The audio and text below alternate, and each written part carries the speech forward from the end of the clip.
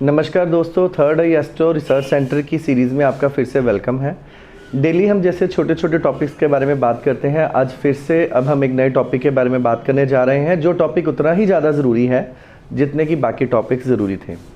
क्योंकि बहुत सारे हमारे स्टूडेंट्स हमारे पास ये क्वेरी लेकर आते हैं, सर कौन सा हॉरोस्कोप ऐसा होता है जो स्ट्रॉन्ग होता है, कौन सा हॉरोस्कोप होता है जो कमज़ोर होता है। तो टेवे में कई सारे सूत्र ऐसे होते हैं जो हमारे टेवे को स्ट्रॉन्ग बनाते हैं या कमज़ोर बनाते हैं। कौन कौन से घरों का रोल होगा उसके लिए और कौन कौन से ग्रहों का रोल होगा, हम उसको इंटरलिंक करने की कोशिश करेंगे। लेकिन क्या है हमारे हॉरोस्कोप की रूट और कैसे हमें समझना होता है इस चीज़ को। देखिए, हमारी हर चीज़, हमारा लाइफ, हम कैसे माँ बाप के घर पैदा होंगे, हमारा जीवन कैसा होगा, हमारी कैसी एजुकेशन होगी, हर इंसान अपनी अपनी सामर्थ्य के अनुसार बहुत सारी चीज़ें अपनी ज़िंदगी में करता है। लेकिन कुछ लोग बहुत जल्दी फ्लॉप हो जाते हैं और कुछ लोग सिर्फ हिट ही नहीं होते, सुपर डुपर हिट हो जाते हैं। ऐसा क्यों होता है? कई बार थोड़े से प्रयास करने से ही किसी के जीवन में बहुत अच्छे रिजल्ट आते हैं और कई लोगों के बहुत सारे प्रयास करने के ऊपर भी बहुत अच्छे रिजल्ट्स नहीं आते। हम सुबह उठते हैं, टिफ़िन उठाते हैं और घर से निकल पड़ते हैं। कुछ लोग शाम को आते आते पूरा सक्सेस होकर घर आते हैं और कुछ लोग फेल होकर घर आते हैं। ऐसा क्यों होता है? क्या इन सारी चीज़ों को फोकस करके हम अपनी लाइफ को चेंज कर सकते हैं कि नहीं चेंज कर सकते? लेकिन अगर हम ऑलरेडी ब्लेस्ड हैं या हमारे पास कुछ बड़ी डिवाइन हेल्प है, उसका हमारे हॉरोस्कोप के अंदर क्या कारण होते हैं, हम उसके बारे में बात करते हैं। देखिए, होता क्या है, एक ब्लेस्ड पर्सन और एक ऐसा पर्सन जो कि बहुत ही स्ट्रगलिंग लाइफ को जीता है। मैं सबसे पहले तो आपको हाउसेस के बारे में बताऊंगा। इन छोटी छोटी चीज़ों को जैसे ही आप लिंक करेंगे अपने क्लाइंट्स के हॉरोस्कोप के ऊपर, अपने हॉरोस्कोप के ऊपर, आपको सारा पता लगता जाएगा ऐसा क्यों हमारे साथ हो रहा है। देखिए, होता क्या है, हमारी ओवरऑल जो हॉरोस्कोप की रूट होती है वो स्टार्ट होती है हमारे पिताजी से। एक ब्लेस्ड पर्सन ऑलरेडी ऐसे पिता के घर पैदा होता है जहाँ पर उसको सारी सुख सुविधाएं बचपन से ही मिल जाती हैं। लेकिन कुछ लोगों को जन्म के बाद अपने पिता के सुख की कमी हो जाती है, पिता की तरफ से उसको ज़िंदगी में बहुत सारी चीज़ें प्रोवाइड नहीं हो पाती। देखिए, आपको पता होगा कि पिता के लिए हम दो घरों को चेक करते हैं। एक तो 10th हाउस होता है पिता का, हमारे कारोबार का, मतलब ओवरऑल हमारी ज़िंदगी में पिता का क्या सुख रहेगा। लेकिन एक घर होता है फादर एज प्रोवाइडर का। फादर एज प्रोवाइडर का मतलब होता है फादर एज गुरु, फादर एज टीचर। हमें अपने पिताजी की तरफ से कैसे संस्कार मिलेंगे, ज़िंदगी में हमारे पिताजी हमारी ज़िंदगी में क्या क्या हमें प्रोवाइड कर पाएंगे, वो होता है 9th हाउस। तो ये जो 9वां घर होता है, ये हमारा ओवरऑल पिताजी की तरफ से क्या क्या चीज़ें हमें ज़िंदगी में मिलेंगी उसको रिप्रेजेंट करता है। अगर मैं बात करूं, ये ओवरऑल लक को रिप्रेजेंट करता है, हमारा पूरा का पूरा भाग्य। अगर मैं कहूं कि भगवान द्वारा दिया गया आशीर्वाद, एक डिवाइन हेल्प, एक सडन डिवाइन हेल्प, ये 9वां घर रिप्रेजेंट करता है। 9वां घर ही हमारे भाग्य का घर होता है। हमारे भाग्य का स्ट्रॉन्ग होना हमारे हॉरोस्कोप की कई सारी कमियों को दूर कर देता है। लेकिन भाग्य का पूर्ण रूप से संबंध हमारी संतान के साथ भी होता है। हमारी संतान हमारे धरती के आने के बाद जो हमारे द्वारा हम जिसको धरती पे लेकर आए, वो उसका सुख संतान का सुख माना जाता है। अगर इंसान अपनी ज़िंदगी के अंदर पूरी तरह से फ्लॉप हो जाता है तो कई बार उसके संतान उसको बड़े होकर बहुत प्राउड फील कराती है और उसकी ज़िंदगी की सारी कमियों को दूर कर देती है। इसीलिए हमारे जो भाग्य का 9वां घर होता है, मतलब हमारे से जो 9th हाउस है वो हमारे भाग्य का घर होता है। और हमारे भाग्य का घर कौन सा होता है? 1 2 3 4 5 6 7 8 9, मतलब 9वें का 9वां घर। इसका मतलब ये जो हमारा 5th हाउस होता है, ये इक्वली रिस्पॉन्सिबल है हमारे भाग्य के लिए, क्योंकि हमारे भाग्य हमारे पिताजी से चला था और हमारी संतान पे आकर ख़त्म होगा। अगर हम मिडल की बात करें तो हमारे पिताजी द्वारा हम दुनिया में आए और हमारे द्वारा हमारी संतान हमारी दुनिया में आई। इसका मतलब जितना ज़्यादा ज़रूरी हमारे पिता का काबिल होना था, उतना ही ज़्यादा ज़रूरी हमारी संतान का भी काबिल होना है। एक अच्छे पिता का पुत्र होना और एक अच्छे पिता के घर अच्छे पुत्र का पैदा होना, ये सबसे बड़ा सौभाग्य माना गया है। और यही दोनों चीज़ें हमारे हॉरोस्कोप की रूट होती है। लेकिन मान लीजिए कोई इंसान अच्छे पिता के घर भी पैदा हुआ और उसकी संतान भी बहुत अच्छी निकली, लेकिन वो खुद ज़िंदगी में बीमार रहा, तो उसके भाग्य का कोई वजूद नहीं रहा। अगर वो खुद बीमार रहेगा तो वो अपने पुत्र का और वो अपने पिता का सुख नहीं पा पाएगा। अगर खुद ही उसकी ज़िंदगी में कोई ऐसा बड़ी प्रॉब्लम आ गई जिससे उसको ना तो अपने पिता की सुख मिला, ना उसकी संतान की तरफ से सुख मिला। इसलिए हम कोई भी जातक, कोई भी इंसान, कोई भी नेटिव कहाँ से आता है? 1st हाउस से। क्योंकि हमारा जितना ज़्यादा ज़रूरी था कि अच्छे पिता के घर पैदा होना, अच्छे काबिल पिता के घर पैदा होना, इसीलिए हमारे संतान के लिए भी तो ज़रूरी है अच्छे पिता के घर पैदा होना। इसलिए हमारी संतान के लिए उसका पिता हम होते हैं, इसीलिए हमारे संतान का 9वां घर कौन सा होगा?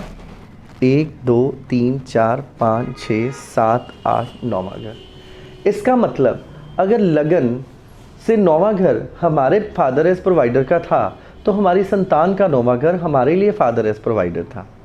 इसीलिए अगर मैं पहले 5वें और 9वें घर के देखूं, ये एक दूसरे का भाग्य है।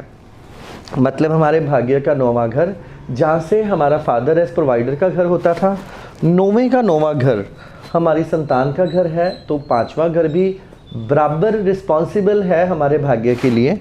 और हमारी संतान का 9वां घर जो कि हमारा पहला घर है, ये तीनों के तीनों रिस्पॉन्सिबल होते हैं हमारे भाग्य के लिए। इसका मतलब क्या हो गया? हमारा पहला, हमारा 5वां और हमारा 9वां घर, ये तीनों के तीनों हाउसेज ऐसे हैं जो हमारे होरोस्कोप की एक बहुत बड़ी रूट है। अगर मान लीजिए हम एक काबिल पिता के घर पैदा हुए, काबिल संतान हमारे घर में आई और हम हर तरफ से तंदुरुस्त हैं, तो समझ लीजिए हमारा भाग्य एक स्ट्रॉन्गेस्ट भाग्य हो गया। हमें एक डिवाइन हेल्प मिलती रहेगी, हमारी संतान हमारे ज़िंदगी की कई कमियों को दूर कर देगी और हमें पूर्ण रूप से सुख की प्राप्ति होगी। इसका मतलब अगर मैं हाउसेस की बात करूं कि भाग्य के लिए कौन से हाउसेस ज़रूरी होते हैं, वो मैं आपको बता देता हूं। फर्स्ट हाउस जो कि नेटिव को रिप्रेजेंट करता है, 9th हाउस जो कि हमारे लक को रिप्रेजेंट करता है, और 5th हाउस जो हमारी संतान को रिप्रेजेंट करता है। इसका मतलब पहला, 5वां, 9वां घर तीनों के तीनों स्ट्रॉन्ग होंगे। और इसके अलावा 2 तरीके से 2 प्लैनेट्स ऐसे हैं जो हमारे ओवरऑल लक को रिप्रेजेंट करते हैं। हमारा लक में, हमारे भाग्य में और हमारी डिवाइन हेल्प में सबसे बड़ा जो रिस्पॉन्सिबल प्लैनेट होता है, जो नेम और फेम को रिप्रेजेंट करता है, वो है सूर्य। मतलब सूर्य ऐसा चमकने वाला ग्रह जो हमारे भाग्य को चमकाता है। उसके अलावा जो भगवान को, जो ब्लेसिंग्स को, जो एक डिवाइन हेल्प को रिप्रेजेंट करता है, वो प्लैनेट है हमारा जुपिटर। जुपिटर हमारे होरोस्कोप की एक बहुत ही बड़ी रूट है, जो कि किसी भी तरीके की गॉड की हेल्प को, हमारी ब्लेसिंग्स को रिप्रेजेंट करती है। अगर ओवरऑल भाग्य का दारमदार देखा जाए तो वो जुपिटर को रिप्रेजेंट करता है। इसका मतलब अगर ओवरऑल भाग्य के बारे में बात की जाए या ये देखा जाए कि कौन सी चीज़ें हमारे D1 चार्ट को, हमारी लाइफ को स्ट्रॉन्ग बनाती हैं, उसके लिए रिस्पॉन्सिबल हाउसेज हैं। पहला घर, 9वां घर और 5वां घर जो कि एक दूसरे से 9वां घर है, और सूर्य और जुपिटर। भाग्य को रिप्रेजेंट करने वाले प्लैनेट जुपिटर और सन हैं, और हमारे भाग्य को रिप्रेजेंट करने वाले प्लैनेट जो हैं वो पहला, 5वां और 9वां घर है। मान लीजिए हमारे पहले घर का मालिक, 5वें घर का मालिक और 9वें घर का मालिक, तीनों के तीनों ग्रह स्ट्रॉन्ग हो या इनकी युति अच्छे घरों में हो, जिसमें हम केंद्र, त्रिकोण या धन और लाभ के घरों को मानते हैं, तो ये एक बली होरोस्कोप माना जाता है।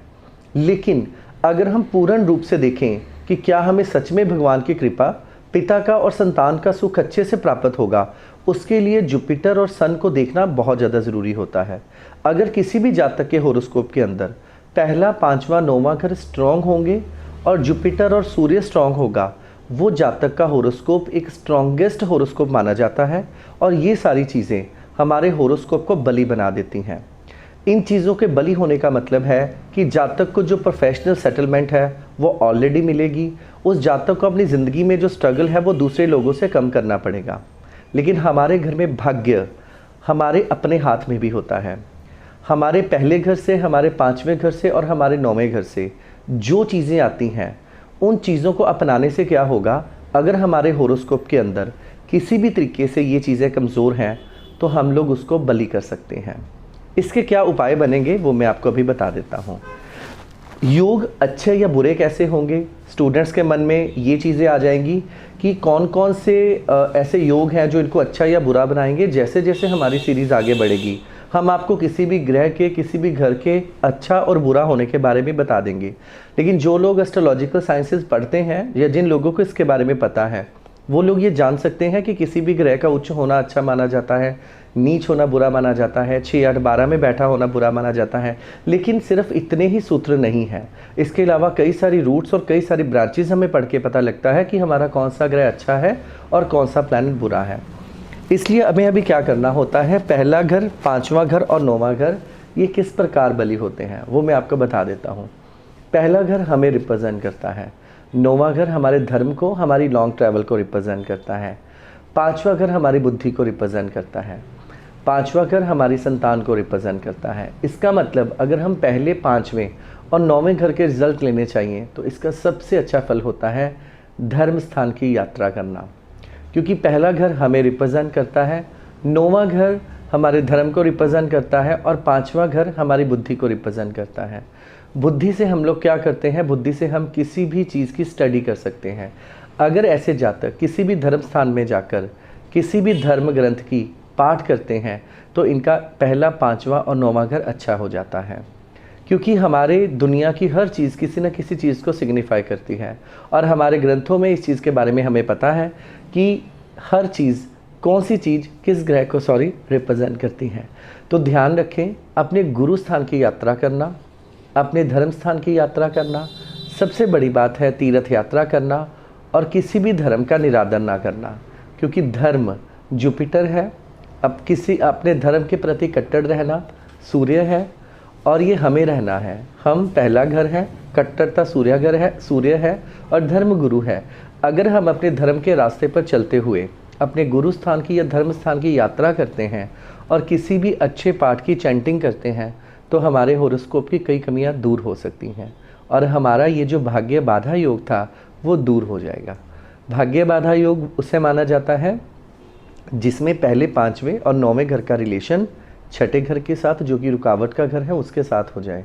इसलिए कोशिश करें, अपने धर्म के प्रति पूरी आस्था रखें, अच्छे अच्छे ग्रंथों का पाठ करें, चैंटिंग करें, जो आप हमारे होरोस्कोप की कई कमियों को दूर कर देगा।